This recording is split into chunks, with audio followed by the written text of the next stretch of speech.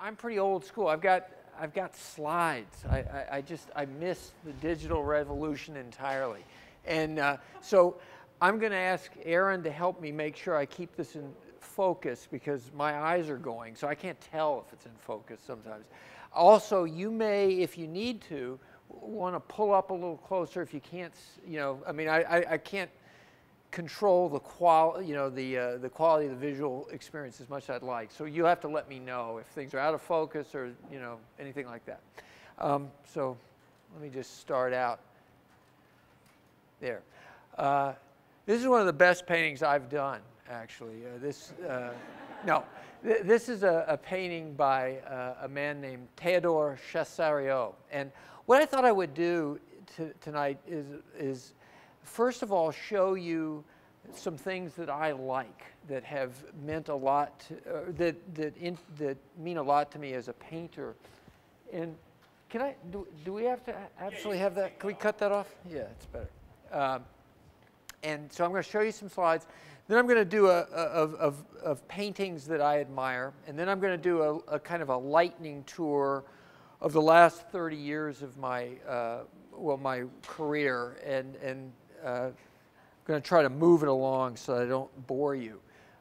If you guys see something or hear something that you want to know more about, don't hesitate to shout out or something like that if there's something you're curious about while the slides are going. Okay, Théodore Chassareau, I think this was painted around 1842 or something like that. This is a painting by Leonard Anderson, a contemporary American painter who, I'm sorry, I'm out of your way? Yeah. Contemporary American painter. This is about a 8-foot tall street scene. This is a painter named Walter Richard Sickert. It's about maybe 25 inches tall. He's a British painter who, I think this was painted around 1911. This is Jacques-Louis David, the intervention of the Sabine women. It's painted in the 1790s. Immense painting, 10 by 15, 17 feet. This is a portrait head by a British artist named Ewan Uglow that I believe was painted in the 1980s. I think you can even see the date there. Small painting. This is very hard to see. It was taken from a photograph from a book. This is a 5.5 by 8-foot cityscape by contemporary Spanish painter named Antonio Lopez Garcia. The painting, you can probably see the dates if you've got really good eyes, was worked on for 20 years, from 1965 to 1985, I think. And this is another painting by Jacques-Louis David. It's in the San Diego Art Museum of a Philadelphian merchant named Penrose, a Quaker, who came to sit for David in the early years of Napoleon's reign. This is a nude by Edwin Dickinson. I think it was painted in the 1920s. If you saw all those paintings, you would probably ask, is there a common thread in the images that I've just shown?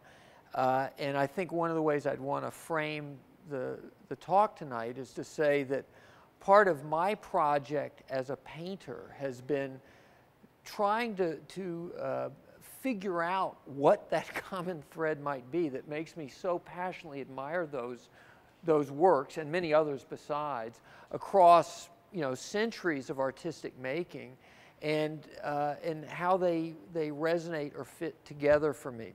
This painting is where I kind of want to start the talk of my own work. It was painted in 1982, so almost just a little over 30 years ago in Dallas, Texas. I was in my late 20s, and I think it's one of the first paintings that I made that really mattered to me as a painter. It's about 65 inches across, not that tall. And it is very much, if you go, remember back to some of the slides I showed you, I think you can see a little bit of a longing for an artist like David, but also more immediately that street scene that I showed you by Leonard Anderson, who was a painter that was just coming into my awareness at this time and seemed to be a kind of a crucially inspiring figure. The meaning of the picture, I think, is kind of complex. The structure of it is essentially like a crucifixion, a Baroque crucifixion, but it's a playground basketball painting. The figures are doing things that no one could possibly observe, at least long enough to paint them, and yet all of the figures are painted from life. They're me posing in mirrors in my studio, and you can almost see the central figures in red and gold, or you can probably see my blonde head there. My invention was running out. And I think this sets a kind of ambition that is going to percolate through the next 30 years of work. This is a pastel of my wife Jan that was painted in 1983. And it is another part of my ambition, which relates a little bit back to those portraits by Cesario and David that I showed you, which are, for me, essays in a kind of life painting, but something that doesn't stop entirely at life, but seems to reach for something else, which I guess the only way I could describe it to myself is a longing for something stately, grand, and yet very, very much in the world, very much alive and present. It's almost as if the life were given a sort of godly dignity, as if it didn't have it already. I'm sorry? That pastel, I don't think I can get back to it. There it is. It's 40 inches tall, 30 by 40, and it would have been made in about 3 sittings. The basketball painting was made over a period of 2 or 3 months. This was a pastel done in 1984, so a couple years from the basketball painting. I'm still trying to do invented figure compositions. I can't quite figure out how to paint them. This is gouache, Conte crayon, and pastel on paper. It's 40 by 50 inches. Again, almost all the figures are me. Some of them are pretty obviously a younger me, much younger, and some of them are me just slightly changed. I had always, when I was doing this, I thought this was going to be a big painting, but the painting never materialized. At the same time that I'm making that figure pastel, I'm doing things like this, which are seriously involving myself with still life as a way of learning about painting, and also discovering unexpectedly that still life was a way of dealing a lot with values, qualities of rhythm, organization, color, that connected with what I so admired in great figure painting. This owes a lot to Leonard Anderson, the painter I mentioned to you earlier, at least as I understood him. I never studied with him, but I got to know him. And this is 48 by 44 inches.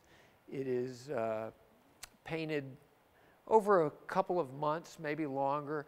And the only thing that's worth knowing technically about it is that all the objects in the picture moved many, many times. And you can even see ghosts of objects in the gold cloth and slightly dissolving fruit. There was a lot of toing and froing to find the organization of the image. This was painted maybe a year after that still life, and it is a pastel. At this time in my working life, I was working a lot in the medium of pastel because oil for me was very daunting. Oil seemed to be an impossibly difficult medium for the kind of invention that I wanted to do. And for some reason in pastel, I felt freer to invent. The figures are both done from life, but their relationship to that bathroom and hallway is an invented one. And it was an effort to sort of make a kind of modern Adam and Eve picture. This was painted in 1986, and it is 6 feet tall. Objects are about life size or a little larger, and it's still wrestling with things that I described in the last still life of trying to make a direct, very, very specific painting of objects have a kind of metaphorical second life as a kind of cityscape or world in relation to the studio. And I think you can see a lot of self-conscious efforts at geometry, call and echo, all the kinds of things that still life is really good at working out in the abstract domain of pictorial relations. Within months of painting the last still life, I did probably the first really major cityscape I'd ever painted. This is 88 inches across, painted over a fall season in a neighborhood in Philadelphia called East Falls. And this is actually the view from a studio window I had of an old mill called the Dobson Mill. And it's really redolent of qualities in Philadelphia. Philadelphia is an old city with a lot of apparent geology still evident. And if you look at some of the buildings, particularly the buildings on the left foreground, you can actually see 4 different kinds of masonry on the building face. And that's because the building grew and evolved from 1860, when they were making uniforms for the Union Army here, to this time when they're testing cement for its durability before it goes out to a job. And the sense of geology, the weird helter-skelter of buildings, the layering, all those things to me have attached me to Philadelphia as a place of the imagination, and you'll see this theme working out in years to come. I think this is much more a still life than a landscape, and it was consciously thought that way. I thought that the cityscape could be a real analogy to still life organization, but the price of that metaphor was a kind of lack of air and atmosphere, which I hadn't figured out that idea in painting very well as yet. This was painted in 1987, about a year later. I'm trying to click along here. Imagine for every picture I'm showing you about 25 other pictures. You're getting the greatest hits, the not so terrible paintings. This is 6 foot. The figure is a little bit larger than life size. Just as in cityscape, I was reaching for analogies to still life, I started thinking, well, can I put still life and the figure together? One of the problems I've always had as an artist is I'm a very straightforward painter. I have very few major tricks, and I have almost no relevance to contemporary painting, never have. So the best thing I could think of to do was to cross or hybridize elements in traditional painting that I much admired. So the figure in still life I thought was an interesting idea, and it went all the way down to a kind of designing and repainting of the figure and the objects to get them to seem to rhyme in some way, to become 2 contiguous and related worlds. In 1990, when this picture was done, my wife and I were just about to get married, and I really became invested in a new theme. And that theme was the inside-outside painting, the idea that painting about the world outside the studio juxtaposed with the light inside the studio was sort of charged, was a kind of subject matter. And when I was talking about the still life and figure picture, I used the term contiguous worlds, the world of the figure on the floor meeting the shape of the white sewing table. Inside-outside painting for me has always been something like that, where two distinct worlds meet, make a kind of juncture. And the juncture between those two worlds to me is greatly expressive. And the call and echo across the membrane of those two worlds is greatly important. This was painted in 1993, so not, it was painted exactly 20 years ago this summer.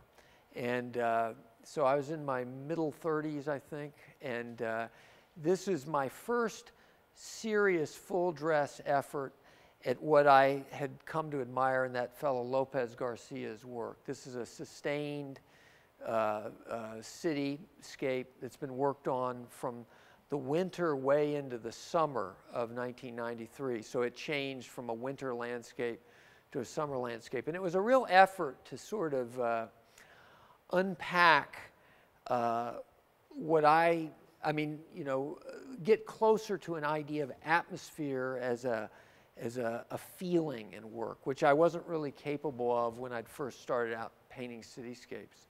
This is also probably my, I have the kind of delight of this being in a movie.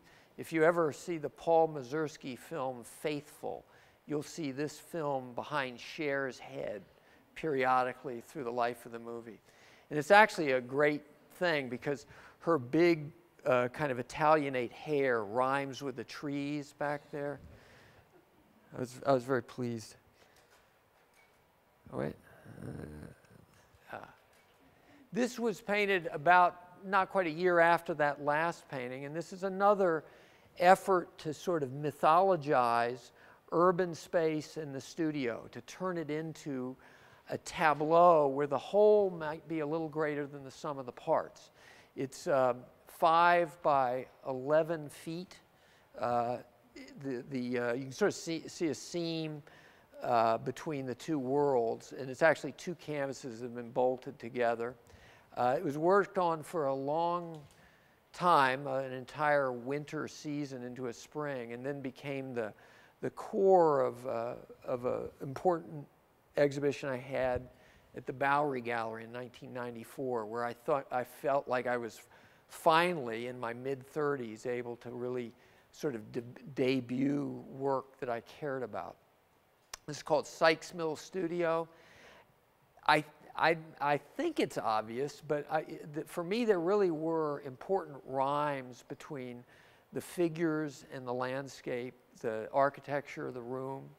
But just so everybody got it, I think I brought the branch of a sycamore tree into the studio to kind of continue that alley of trees that's out the window.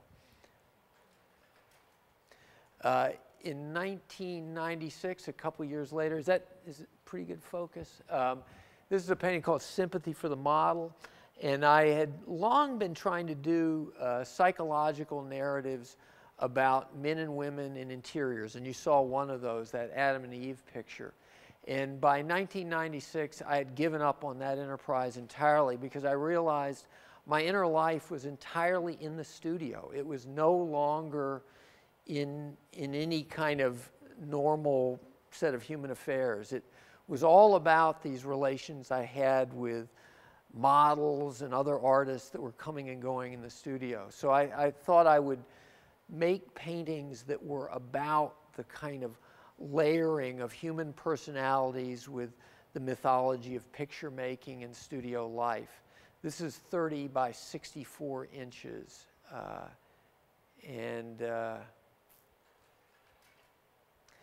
This followed it about a year later in 1997. This is called Persephone. And it's another sort of mythic interior. Well, it's actually, I never quite reached the dramatic threshold of myth because my seeing is so sort of deadpan and laconic. But this is a story, and it's the story of Hades and Persephone, or where Hades has been, or rather Persephone has been abducted to the underworld and has become the consort of that guy in the green pajamas who is Hades. And the kind of humor and rhyming of the figures, the sense of them being a kind of weird dyad in that murky gray-green world of the studio against the golden light outside, is just one more turn of the screw. Remember I said that inside-outside painting for me was a threshold to narrative and storytelling that was not just formal, and I think this painting is about that, at least as best as I could manage. This is about 54 inches square. This is 6 by 16 and a half feet, and it is in 1995 to 1997, I decided it was time to really try for a kind of heroic narrative, as I understood it, to kind of, not exactly compete, but to engage in conversation with these people I admired, like David and Ang and Degas and Titian.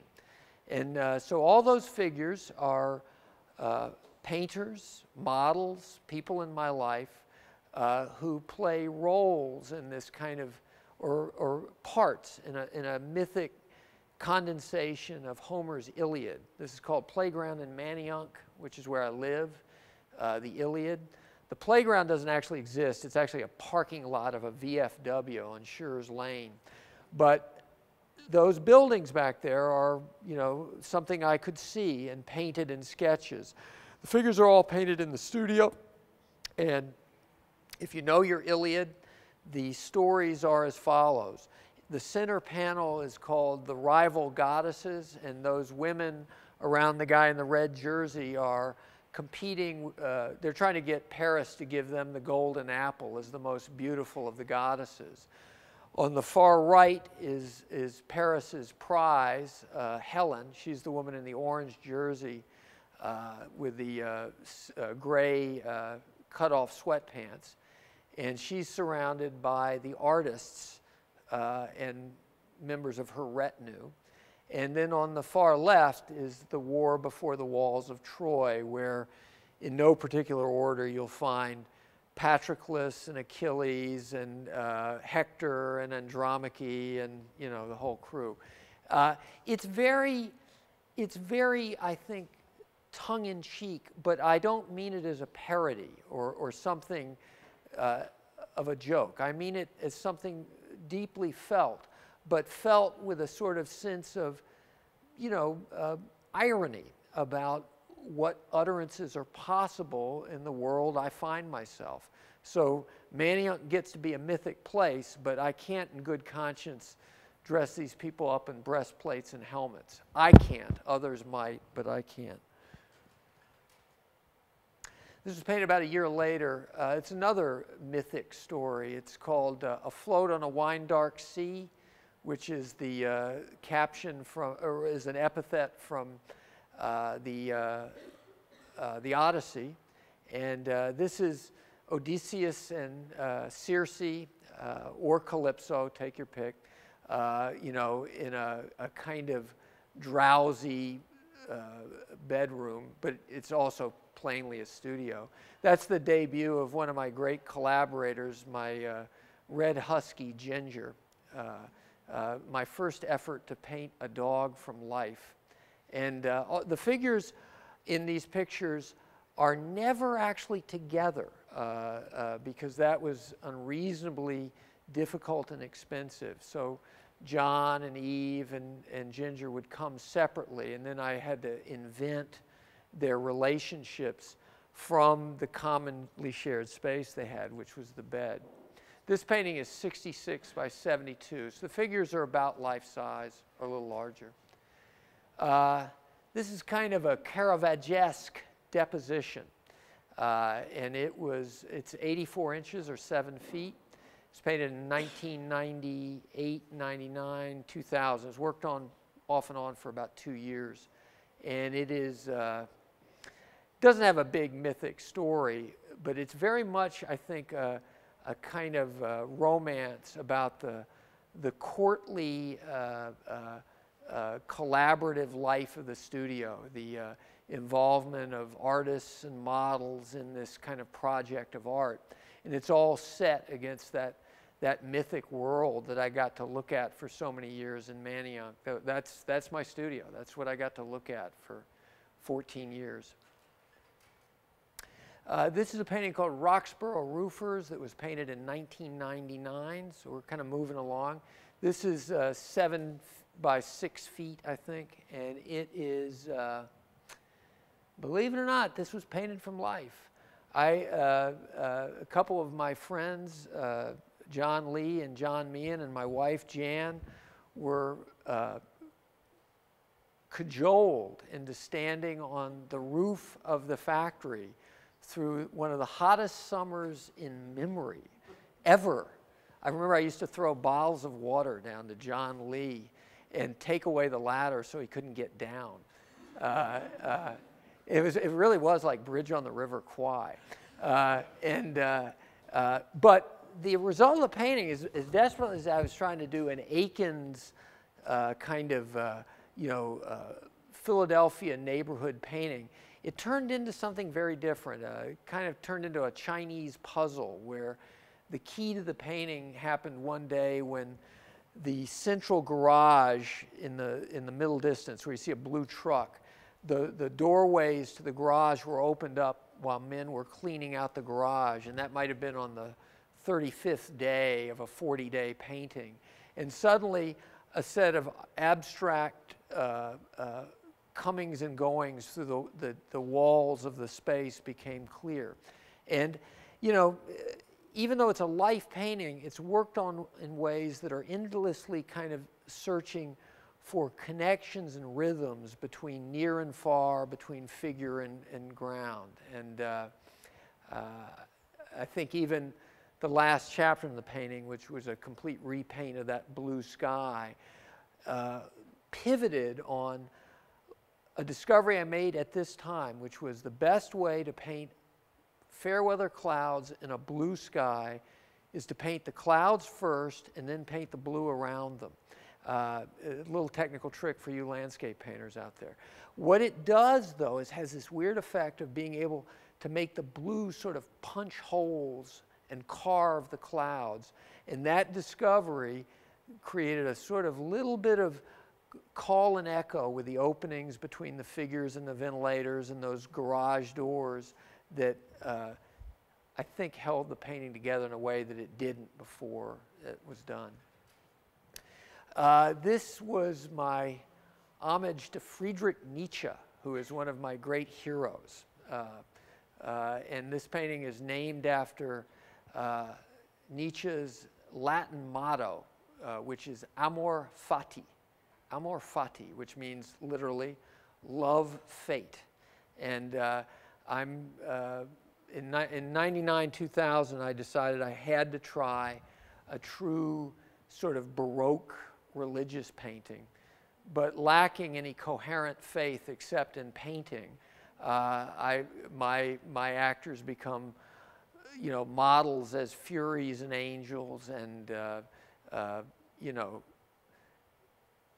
young male painters who are trying to eat my lunch as tormentors, you know, and those are a bunch. Actually, in the accompanying show, you'll see some beautiful paintings by John Lee and Dave Campbell. Dave Campbell is the guy on the left by the mailbox, and John Lee is the guy in the leather coat and the white-gray windbreaker, who have become highly distinguished painters. They always were, but now they're even more so. This painting was done in 2001, and it was a return to still life. I always paint still lifes, but every now and then I'll try to find some way to raise the stakes for myself. This is, last painting you saw was 8 feet tall. This painting is 5.5 by 9 feet, I think it is. And it's called Betrothal Still Life. It's another painting about that kind of call and echo across the inside-outside, but it's also a little bit of a tip of the hat to Van Eyck's Arnolfini Wedding. And this is a sort of gendering of still life into male and female entities in that beautiful light of my studio. This worked on for actually, this one came fast. It was maybe 20 sittings. Sorry, this is a dark painting slide, but it is a dark painting. This was also painted in 2001, and it's a summation of studio life where the light of the painting is a lot to do with keying everything to that mirror reflection, something I've done habitually over the years because I just like it so much. But I don't think I'd ever try to do it at this scale.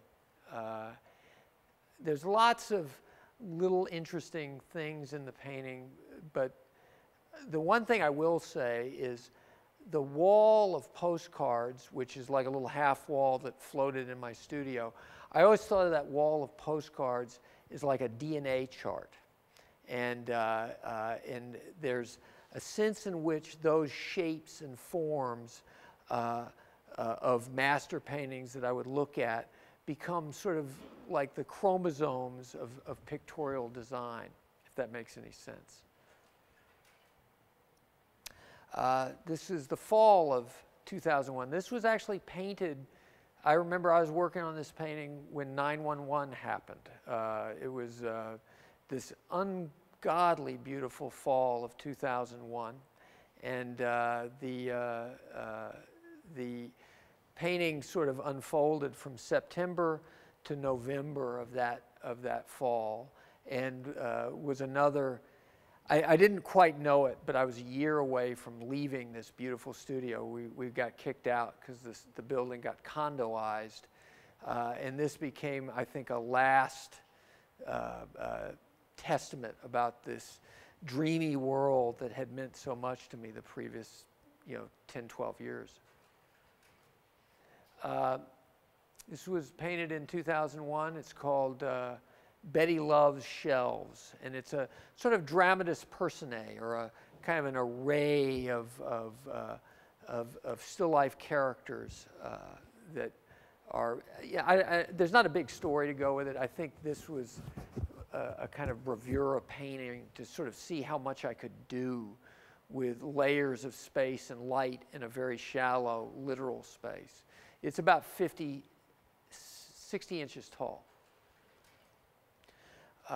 This is called Discipline and Desire, painted in 2002. That's my wife up there, and it's my dog Ginger.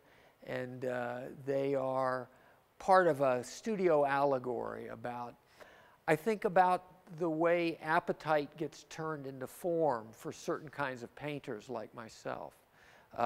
The nudes, of course, are drawings on a wall like these, but they're also sort of brought up close and made almost continuous with the cascade of still life forms.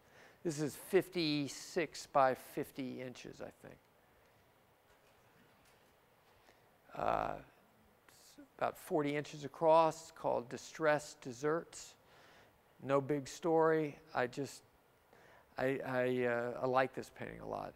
I felt I'd gotten a kind of air in this picture that I haven't often gotten. 2002, it's called Ariadne in Roxborough. Ariadne was the woman that helped Theseus defeat the Minotaur and then got abandoned on a beach on the island of Naxos after Theseus was done with her. So the best I could do for a shell-strewn beach was a shell-strewn what you may call it, bedcloth or whatever. This is called Where All Ladders Start. It was painted just about 10 years ago, 2002. And it's 6 feet across, And it's the story of, again, that obsessive story I've been telling for years about the life of the studio echoing the world outside and vice versa. Where All Letters Start is a reference to a line in the Yeats poem, The Circus Animal's Desertion. And the final couplet of that poem says, "Now I must lay down where all ladders start, the foul rag and bone shop of the heart." And I've always thought of the studio as that foul rag and bone shop. Got kicked out of that studio finally and began a new life. 10 years ago, right now, I was painting in a place in Center City called the Goltex Building. Manayunk is about 5-6 miles outside of the center of city, although it's part of Philadelphia. This is right in the center of town, looking north. Right on the horizon, you can barely see it, are the towers of Temple University. Again, I talked long ago about how Philadelphia is a place where its urban geology is almost immediately available anywhere you look. And this particular studio gave me these great views that felt almost sort of godlike in their richness. And this painting is called Through a Glassless Window, and it's 44 by 75 inches. This is 66 by 96 inches, so it's about 8 feet across. And it is painted, the building on the left in the far distance with the gold and white masonry and a little water tower, that's where I had been painted. That's where the last painting was painted. This was painted from the school building where, you know, Aaron and I worked together. It's up on the 10th floor of the Hamilton building. And it's looking out across North Broad Street out towards the far east where eventually you're going to hit the Delaware River.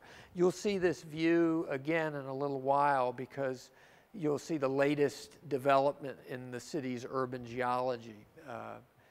This was painted in 2004, so we're getting close to the end. And it was a very, very long, hard painting to do. But I really loved the sort of peachy Lopesian light of this thing. In 2005, I've started painting about beautiful young men and women again, and as mythic types. This painting is named kind of humorously Noli me tangere, or tangere, I don't know how to say it in Latin, which means in the Bible, that's the Latin formulation for touch me not. And I always thought of my student Hudson as a kind of a young Christ or something who is being looked at hungrily by two Marys over there. So I've really destroyed all the sort of sacred possibilities. It's started out as a straightforward portrait of Hudson, kind of a la Titian, and then it seemed like to be not enough of an idea, and you can sort of see the right-hand part of the painting is added to it, so it becomes a kind of continuous diptych. And that's 42 by 80 inches, I think. This is called Bill's Masterclass. I'm very good friends with a noted, one of Philadelphia's most famous painters of my generation, Bill Scott. And that's Bill Scott there holding forth about the woman on the far left's painting. And the painting is 49 by 79 inches. Woman in white on the left is Victoria Barnes, who's the daughter of herself a great painter and in the show next door. And there's a little humorous subtext. Bill is, you know, an openly gay man who I continuously pair with naked women, much to his horror. And I think it's actually ruined our friendship.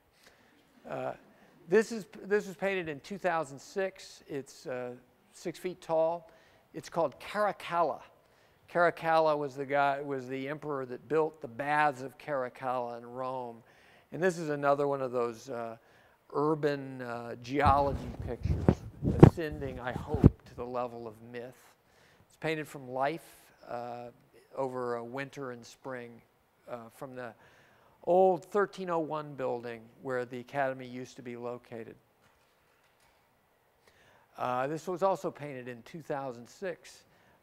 Still life with Della Robbia frieze. That's Della Robbia's concert singers, part of the plaster cast collection at the Academy. It's about 42 by 44 inches. You know, no big story, just an essay for me in visual pleasure to paint. This is also painted in 2006 at the same time as the last two paintings. This is called Galatea. Galatea, of course, was the wonderful statue come to life that was sculpted by Pygmalion.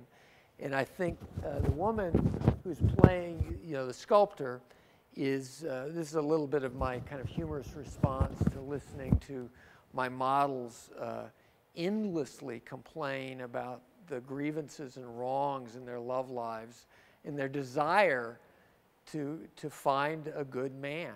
And so we came up with the thought of, well, just make one. And he's arriving on the left with his phone number, if nothing else, for more modeling work. This is 46 by 76 inches. This is another, you know, no one would ever get it, but this is a scene from the Odyssey where I've now styled myself as Odysseus. And this is when Odysseus washes on the shore and encounters Nausicaa, the daughter of the king, the grizzled, you know, haggard traveler who must somehow charm the young princesses. And my sitters were Fionnuala and Shelley, who agreed to this piece of theater. This is, the figures are life size, the foreground figures are life size. It's 50 by 56 inches. I left Center City in 2006, and this is 2008, so very close in time. It's 6 foot tall. I'm in a new studio back in Manayunk, and this is called Rapture of the Motif. As you get older, you get more and more shameless. You also just struggle to figure out something new to do. So I thought, well, why not paint flying objects? And because there are serious reasons I would want to do that. But the real discovery in this painting was that I could be so much wilder than I had been. So I decided that I would even make the window, which nominally illuminates that still life, as itself a falling or flying object. That led immediately to this painting, which is called Advent of the Muses, which is the same studio where I've got my model Vivian walking on air. This is also a bit of an homage to an early phase in Lopez Garcia's work where he would paint figures walking on the horizon, which I thought was an awfully lovely idea. This is 56 by 72 inches.